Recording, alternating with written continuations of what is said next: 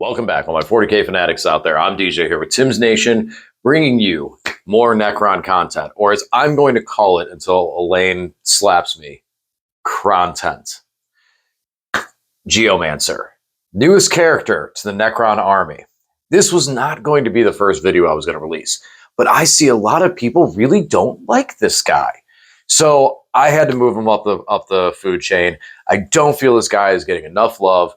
And I want to talk to you about what I think out of the 3 data sheets is actually the gem of this pickup. There is some things that we can do with the other 2 units, and we'll discuss that in their videos. But today is going to be the Geomancer. So the Geomancer is, we're not going to be able to fully just to talk about the Geomancer without mentioning the other 2 units, because these do, as I've seen some people kind of realize, because of the kill team, because of what they do have some synergies that go hand in hand with each other. So we will be talking about some of the other units in small capacity, but when we actually explain their abilities and how some of the abilities work, those are going to be in their own videos. For this, we're going to focus on just the Geomancer, the newest character for the Necron army, and my, honestly, top pick from the 3 data sheets we got. The Geomancer is 75 points. Now, what I think the biggest issue because I feel, this is how I feel. I think the Geomancer is amazing. I think he's going to see a lot of play in a lot of competitive lists. He's one thing that actually bridges the fact of is it trash? Is it fun? Is it competitive? He's competitive.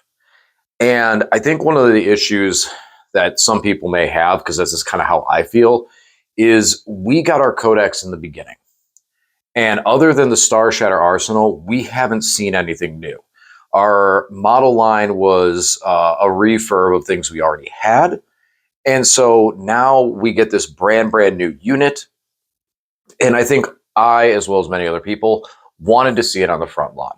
We didn't want to see a backline hiding support unit that meant nothing except for keyword abilities and minor stat boosts that come with them. The Geomancer, however, has actual presence in an army, but for most of the game, it's going to be in your backfield. So, 75 points. He is same as the rest of Cryptex, toughness 4, 4 wounds, 4 up save. He is an 8-inch move, so he's a little bit quicker. And his leadership capabilities, he can lead Immortals, Warriors, or the Canoptic macro sites, which we'll talk about those. Those are the 5 little plasma site looking guys. Now, spoiler alert, macro sites have scouts. He has a minor little ability that if he is leading a squad of macro sites, he can scout as well. So this is an 8-inch scout. That's actually valuable for what his play is and what he can do, and we'll talk about that a little bit towards the end. But first of all, here is a nutshell. So typically, I would go down the weapons, but the abilities are what make the weapons make sense. Number 1, 12-inch deep strike denial, right to the meat and potatoes. This is the reason you take this guy. This guy, as long as he is within range of an objective marker, deep strikers cannot be set up within 12 inches of this model. Not the unit, the model. So armies that can deep strike all game long with up-down stratagems, he can keep them out of home field. Things trying to rapid ingress in, he can push back and give you that extra time. On top of that, now we start moving into his other abilities. He has a second ability. He can target a unit in the movement phase within 18 inches and give them -2 to their move characteristic and -2 to their charge. So this is done during the movement phase. So if you see something, you can zap them and then move, or you can move and zap during, either or for you. With the 12-inch deep strike knife, somebody rapid ingresses and is planning on making that threat, you can move back, hit them with the 2-inch deep strike or 2-inch move buff, and sadly, that might keep them at bay for a little bit and keep them back and force them to not be able to engage you. Now, and then just mess with other things across the arm. Again, you can pop something 18 inches away and then go hide in a building. Canoptic Court has a strat for one command point that counts you as being lone operative out of 18. Well, I do see some places where having him with the macro sites is a positive. So if he's with them, he's canoptic, and then you could make him lone op, but still have him kind of dangling out there, zapping units and slowing down the move. So there is some play with that ability, actually, that I think falls into the same column of the Psychomancer, is once people start using him and slowing move down, because here's a big kicker. There's no dice roll. You don't, it's not an option. It's not, failure is not an option. You pick and that's it. That unit moves slower. Now, another big fact, now when we move over into the damage characteristic, this is usually something where most cryptechs that are not epic heroes lack or just have weird profiles that happen to be able to do damage. Plasmancer can do some pretty good damage, but for the most part, everything's kind of wishy-washy, and it's hilarious when you hit and go, huh, my Psychomancer has a flat 3 damage weapon, and he's flat 3 damage in combat. Neat. But for him, shooting-wise, his staff has 2 shots, strength 8, AP2, 2 damage, Melta 2. Okay, little weird there for Melta 2. We'll take it. But it's 18-inch range. So you have a good range. You don't really need to be in the Melta range. 2 damage and 2 shots out of Canoptic Court, especially with the full rerolls to hit for Canoptic or Cryptech units. If you hit and then you're wounding on 3s and you wound, you put 2 wounds onto a 5-man jump intercessor unit that snuck around the backfield, or anything that's small and trying to kind of sneak in there on you, suddenly he zaps 2 Marines. Then he slows your movement. He slowed your movement down, zap 2 Marines. And then when you move towards him, he can switch the mode and go over to overwatch you with a flamer.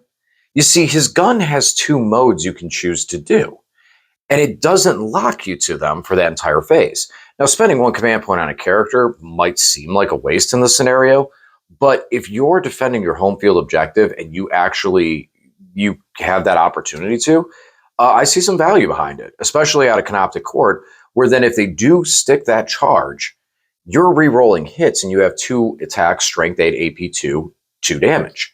If, as long as you stick the 3s, after you're re-rolling hits and everything and you do well, I mean, you could kill 3 or 4 Marines. We'll say 3 on the, even that's being a little generous there.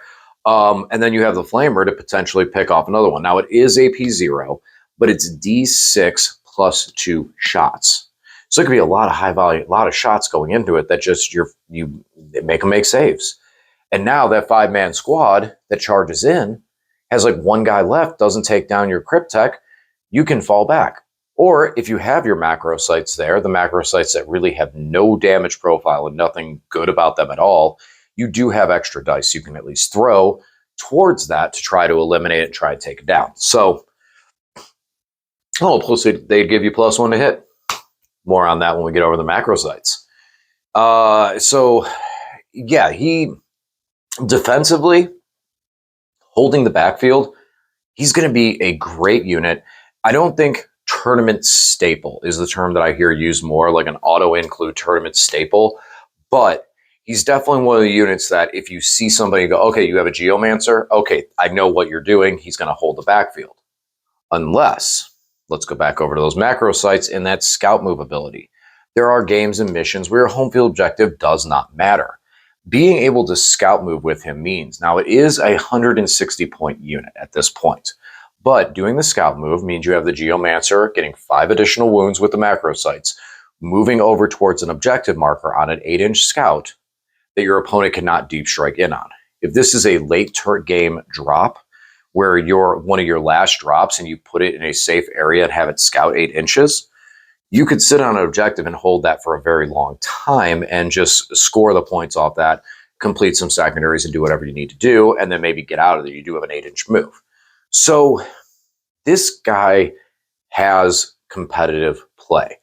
He's going to be a little bit of finesse because of those 2 options, but he is very strong at holding the backfield. And I like the macro sites with him because out of Canoptic Court, you have the access to the lone op strat for 18 inches. And then the 5 models plus the Geomancer means it's a 6-man unit that you can then stretch across your backfield and cover a lot of deep strike areas to prevent them from deep striking in. Now, once again, 12 inches only for the Geomancer, but that means the Geomancer can be placed in a different point on the objective where now you don't have to string guys back to the corner to cover everything, and you can start just drawing a line across the backfield. You're not going to cover every part of it, but within that, for 160 points, you're going to cover a lot of ground. So I really do think the Geomancer has some strength. I think that I think that in the Canoptic Court, the macro sites are really going to be a potential shine with him.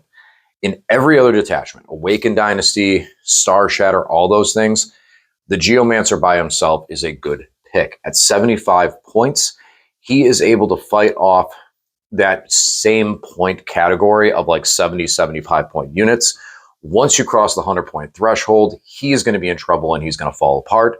But with his abilities, if you're going to lose your home field objective, you can stall your opponent out where you may hold your home field objective for one more turn just on his base abilities. I've seen it with Grey Knights, and I've seen it with the stratagem out of Purifiers, the Purifier detachment that lets you give -2 to a unit. It can be very big, and that's on deep striking 9 inches away. Now we're talking 12. Big difference there. So that's my hot take on the Geomancer. I think the Geomancer has a lot of value behind him. I think that given some time and starting to see him on the table and seeing how he interacts with things, I think that people will start to warm up to him.